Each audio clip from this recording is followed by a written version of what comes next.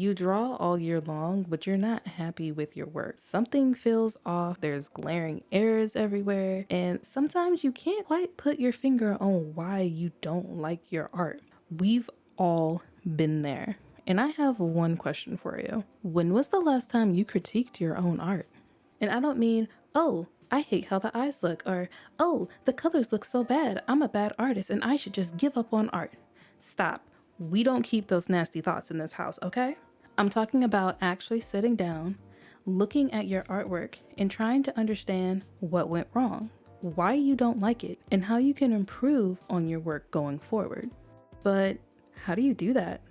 I'm going to walk you through my process for critiquing my own work, and I want you to use this as inspiration for your own self-critique. So let's get to it. So, one easy way to critique your work is to point out the major flaws you see and make a plan on how you're going to improve it going forward. It is important that you are looking with not just a critical eye, but also be open-minded to how you can improve. Don't say something sucks and moves on. That isn't going to help you get any better. This is a Nami fan art I did 2 years ago. I had a very strong vision for her at the time, but could not get the look I was going for. So the major flaws in this piece would be my use of colors, and that arm has some major issues. For the colors, they don't go well together. I color picked from a reference and they came out incredibly muted. The shadow colors don't look too good. They don't stand out at all. In the background, the colors of orange that I chose, they don't contrast well, so they really don't do anything for the image. As far as the arm goes, it's just bad. It's too long, the hand is drawn incorrectly, and the line work is really messy. I don't even remember what I did when I drew this, but I should have put way more effort into making sure the line work came out cleaner. In my case, to solve the color issues, I need to brush up on my color theory. I can watch a few videos to get a better understanding of what colors go well together and apply that knowledge to future drawings. Another solution would be to use a color palette. The colors are already picked for you and you know they already look good together, so that's less you gotta think about working on the piece. The solution for this messed up arm though, when it all boils down to it, I should have used more references for this pose that I wanted. And let me tell you right now, a good reference photo will do wonders for your art. Wonders. Another solution would be to practice drawing more arms, hands, and shoulders. The more I'm familiar with drawing those parts of the body, the easier it will be to draw them in different poses. The whole point of this is to quickly assess the glaring things that you don't like about your art and start thinking about how you can improve on them. This helps you form a more critical eye with your work and not get lost in the weeds of every little detail that you find wrong. You will improve so much faster identifying and tackling bigger issues like anatomy and color versus scrutinizing over every little detail. Now, critiquing what you don't like is only half of the process. We see the flaws in things first, so picking out the issues and planning on how to improve go hand in hand. But the other half of the critique is acknowledging the parts that you like about a piece. Take a few moments to point out things you liked about your old piece and what you think you did well. Was it a technique you applied? Did the colors pop off? What stands out to you? What makes you happy about this piece? For me, I love the fact that I drew Nami fan art to begin with. I am a huge One Piece freak, but I hadn't really drawn any of the characters up until this point in time. I love how the face and expression turned out. The eyes could be better, but I think it communicates Nami's silly side very well. I like how I drew the hair. It's very accurate to her design, and her torso is actually proportional to her head. I'm pretty proud about that. You can take both the good and bad of a piece to really get the most out of your critique. Plus, ending with some positive notes makes all the nitpicking you did earlier feel a little less bad and reminds you that there is likable parts to your work as well. Now, I plan on redrawing this image, so I'm going to continue my critique of this work. If you're not interested in that, you can skip to these points in the video where I cover some of the drawing process for the new version and a comparison of the two at the end. If you're interested in the rest of the critique, then keep on watching. The line work is a hot mess. I can tell where I got lazy and just didn't bother redrawing the lines like I should have. The solution here is to take my time drawing the lines, so then there's less of a mess I have to go back and clean later. For these inner lines in the hair and the body and clothes, they could be darker to stand out more. I feel like they don't really add anything to the image, and honestly, I might just remove them altogether. The ear is way too big. I usually go for like a super exaggerated cartoony style, but I feel like I went a little ham on this ear. I want bigger, rounder eyes with color. They feel too stiff, if that makes sense.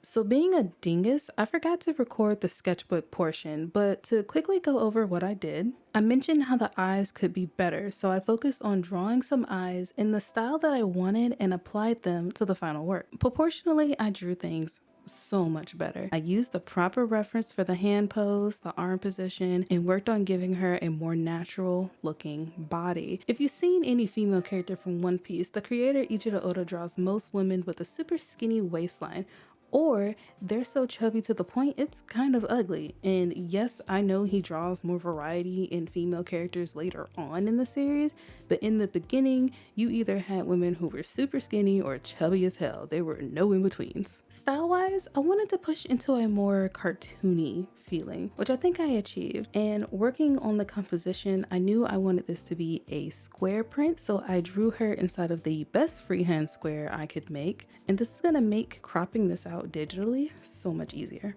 Now that the sketch process is done, I can move into Clip Studio Paint to finish off this image. I know I need to keep a steady hand with the line work to reduce a lot of the cleanup issues I had in the original drawing. Also, I want to point out that doing this is going to be messy. Despite completing the line work, something felt off to me. So I walked away, took a small break, came back to see that, lo and behold, I forgot to give her a forehead. So in the original, it looked fine, so I didn't point it out. But I know from previous drawings that I don't give characters enough forehead space and have been working to improve that. Because I didn't mention it in my critique, I forgot to make sure I drew it proper. So here's an extra tip. While critiquing your older art, remind yourself of other weaknesses you have that may not be present in the piece that you're critiquing. I know it takes a little more self-awareness to do this, but once you do more and more constructive critiques on your own work, you will start to see patterns in your strengths and weaknesses.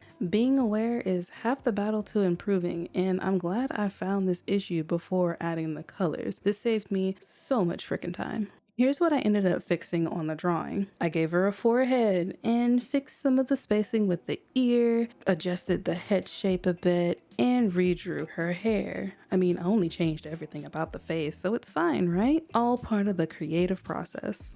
Since there were no glaring errors with the body, I just Frankensteined the head to the body and continued on with the piece, applying the different aspects of my critique until it was finished. If you'd like to see the full drawing process, let me know in the comments below and I can start working on that video for you.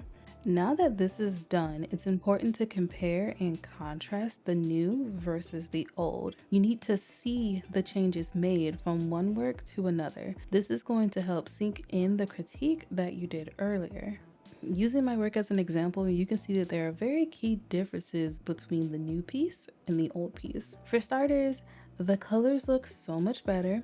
They're vibrant, they're warmer, and nothing feels muted or clashing against each other anymore. The eye is more bubbly and alive. I got rid of the solid black and added the eye color in.